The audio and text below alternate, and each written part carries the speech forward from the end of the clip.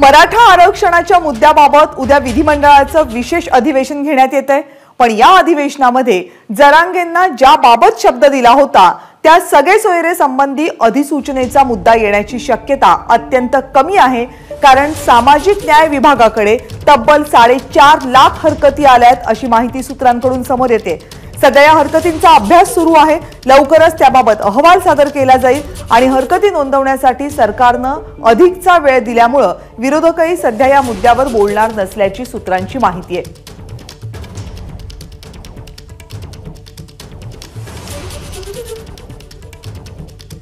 आपले प्रतिनिधी निलेश बुधावले या संदर्भात आणखी माहिती आपल्यापर्यंत पोहोचवतील। निलेश,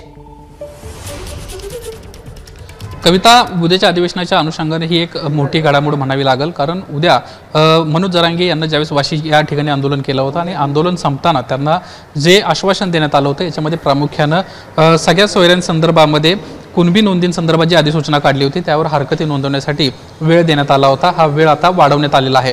खरं तर ह्या घटनेला आता जवळपास 15 ते 20 दिवस उलटून गेलेले आहेत आणि या दरम्यानच्या काळात तब्बल 4.5 लाख हरकती आलेल्या आहेत आणि त्या हरकतींचा सध्या सामाजिक न्याय विभागामध्ये अभ्यास सुरू असल्याची माहिती आहे आणि तसेच या हरकती नोंदवण्यासाठी आणखीन अधिकचा वेळ देखील देण्यात आलेला आहे।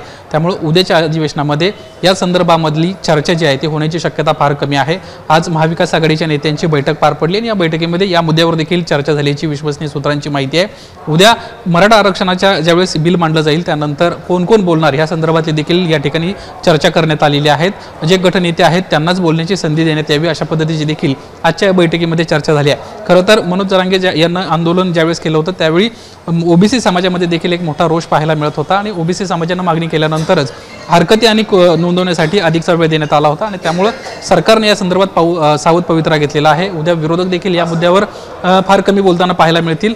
उद्या ज्यावेळेस बिल मांडण्यात येईल त्यानंतर कुठल्याही प्रकारचा विरोध न करता हे बिल देखील उद्याचं पास करण्यात येणार असल्याची माहिती विश्वसनीय सूत्रांना दिली आहे। धन्यवाद निलेश, तुम्ही दिलेल्या सगळ्या सविस्तर माहितीबद्दल।